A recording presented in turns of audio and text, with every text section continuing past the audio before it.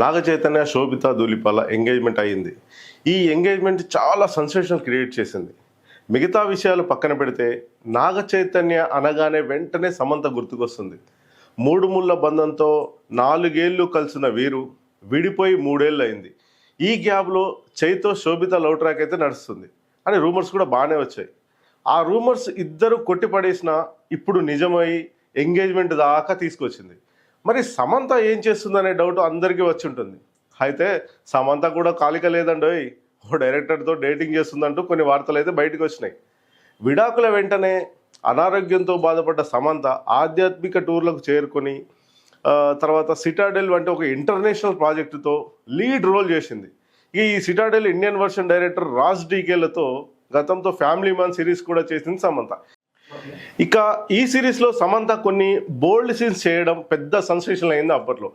అవే చైతు సమంతల బంధానికి బ్రేక్ చేసిందనే వాళ్ళు ఉన్నారు. అందులో నిజమెంతుందో లేదో తెలియదు, కానీ సిటాడెల్ డైరెక్టర్ రాజ్తో చాలా క్లోజ్గా మూవ్ అవుతుందనే టాక్ ఇప్పుడైతే బాగా వినిపిస్తుంది. ప్రాజెక్ట్ చేస్తున్నప్పుడు ఆ మాత్రం క్లోజ్గా ఉంటే తప్పేంటంటారా? చైతు శోభిత విషయంలోనే నిప్పు లేకుండా పొగ వచ్చిందా?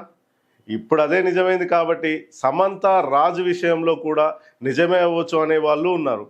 ఏదేమైనా చైతు శోభిత ఎంగేజ్మెంట్ తర్వాత రాజ్ సమంతల డేటింగ్ రూమర్ బయటికి రావడం అక్కినేని ఫ్యాన్స్కు కౌంటర్గా శామ్ ఫ్యాన్స్ భావిస్తుండొచ్చు. చై సమంతల లవ్ బ్రేకప్ ఇప్పటికీ సెన్సేషన్ నిలవడం విశేషం.